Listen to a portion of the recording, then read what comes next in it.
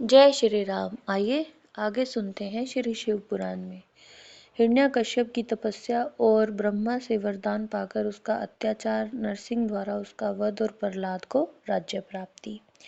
सनत कुमार जी ने कहा, व्यास जी, इधर वराह रूपधारी श्री हरि के द्वारा इस प्रकार भाई के मारे जाने पर हिरण्यकश्यप शोक और क्रोध से संतप्त हो उठा। श्री हरि के साथ वैर करना उसे रुचता ही था, अतः उसने संहार प्रेमी वीर असुरों को प्रजा का विनाश करने के लिए आज्ञा दे दी। तब वे संहार प्रिय असुर स्वामी जी की आज्ञा को सिर चढ़ाकर देवताओं और प्रजाओं का विनाश करने लगे। इस प्रकार जब उन दुष्ट चित्त वाले असुरों द्वारा सारा देवलोक तहस नहस कर दिया गया, तब देवता स्वर्ग को छोड़कर गुप्त रूप से भूतल पर विचरने लगे। इधर भाई की मृत्यु से दुखी हुए हिरण्यकश्यप ने भाई को जलांजलि देकर उसकी स्त्री आदि को ढांढस बंधाया। तत्पश्चात उस दैत्यराज ने अपने लिए विचार किया कि मैं अजर और अमर हो जाऊं, मेरी एकमात्र साम्राज्य बना रहे और मेरा प्रतिद्वंदी कोई न रह पाए। युद्ध धारणा बनाकर वह मंदराचल पर गया और वहां एक गुफा में अत्यंत घोर तपस्या करने लगा।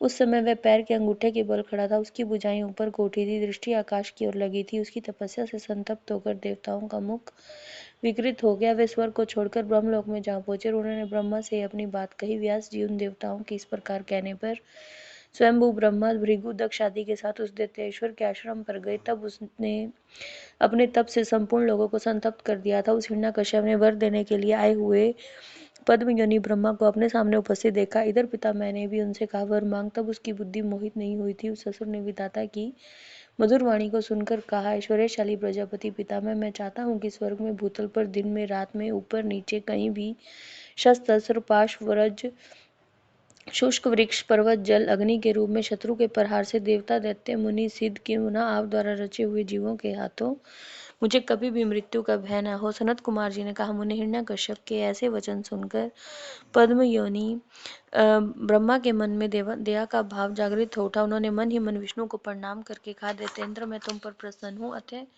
तुम्हें सारी वस्तुएं प्राप्त होंगी। तूने 96,000 वर्षों तक तप किया है, अब तेरी कामना पूर्ण हो चुकी है, अतः तप से विरक्त होकर उठ और दानवों के राज्य का उपभोग कर। ब्रह्मा की वाणी सुनकर हिरण्यकश्यप का मुख प्रसन्नता से खिल उठा। तो इस प्रकार जब पितामह ने उसे दानव राज्य पर अभिषिक्त कर दिया, तब वह उन्मत्त हो उठा और त्रिलोकी को नष्ट करने का विचार करने लगा। फिर तो उसने संपूर्ण धर्मों का उच्छेद करके संग्राम में समस्त देवताओं को भी जीत लिया। तब देवता भागकर विष्णु के पास पहुंचे। वहां श्री हरि ने देवताओं और मुनियों की दुख गाथा सुनकर उन्हें आश्वासन दिया और शीघ्र ही उस दैत्य के वध करने का वचन दिया। तब देवता अपने स्थान को लौट गए। तदंतर महात्मा विष्णु ने ऐसा रूप धारण किया जो आधा सिंह और आधा मनुष्य का था।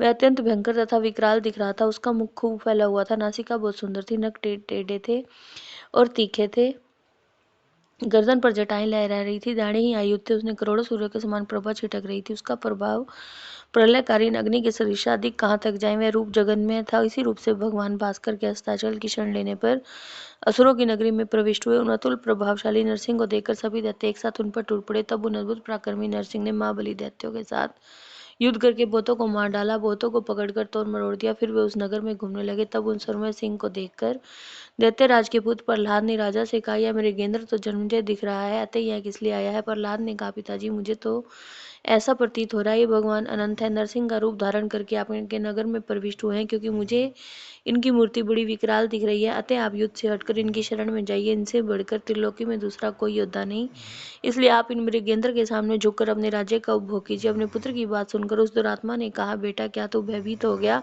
अपने पुत्र से यूं कहकर दैत्यों के अधिपति राजा हिरण्यकश्यप ने महाबली दैत्यों को आज्ञा देते हुए कहा, वीरों, तुम लोग बड़े इस बेडौल, भ्रुकुटी और नेत्र वाले सिंह को पकड़ लो। तब स्वामी की आज्ञा से उन मृगेंद्र को पकड़ने की इच्छा से वे सभी बड़े बड़े दैत्य रणभूमि में घुसे।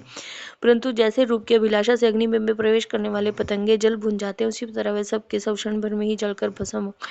दैत्य के दग्ध हो जाने पर दैत्यराज संपूर्ण अस्त्र शस्त्र शक्ति सृष्टि पाश, अंकुश और पावक आदि से उस मृगेंद्र के समान लोहा लेता ही रहा। इस प्रकार बहुत काल तक भयानक युद्ध हुआ। अंत में उन नरसिंह ने वज्र के समान कठोर अपनी अनेक भुजाओं से उस दैत्य को पकड़ लिया और उन्हें अपने जानों पर लिटाकर दानवों के मर्म को विदीर्ण करने वाले नखांकुरों से उसकी छाती चीर डाली और खून से लथपथ हुए उसके हृदय कमल को निकाल लिया। फिर उसी क्षण उसके प्राण पखेरु उड़ गए। तब भगवान नरसिंह ने बारंबार किया आघात से जिसके सारे अंग चूर चूर हो गए थे, उस काष्ठभूत दैत्य को छोड़ दिया। उस समय उस देव शत्रु के मारे जाने पर बड़ी प्रसन्नता हुई। उसी अवसर पर प्रहलाद ने आकर उनके चरणों में सिर झुकाया। तब अद्भुत पराक्रमी विष्णु ने प्रहलाद को बुलाकर उन्हें दैत्यों के राज्य पर अभिषेक कर दिया और स्वयं अतर्कित गति को प्राप्त हो गए, अर्थात अंतर ध्यान हो गए। तदंतर पिता में आदि समस्त सुरेश्वर परम प्रसन्न हो अपना कार्य सिद्ध करने वाले पूजनीय भगवान विष्णु को उसी दिशा में प्रणाम करके अपने अपने धाम को चले गए। विप्र पर प्रसंगवश मैंने रुद्र से अंधक की उत्पत्ति, वराह से हिरण्याक्ष की मृत्यु, नरसिंह के हाथों उसके भाई का विनाश और प्रहलाद की राज्य प्राप्ति का वर्णन कर दिया। द्विश्रेष्ठ,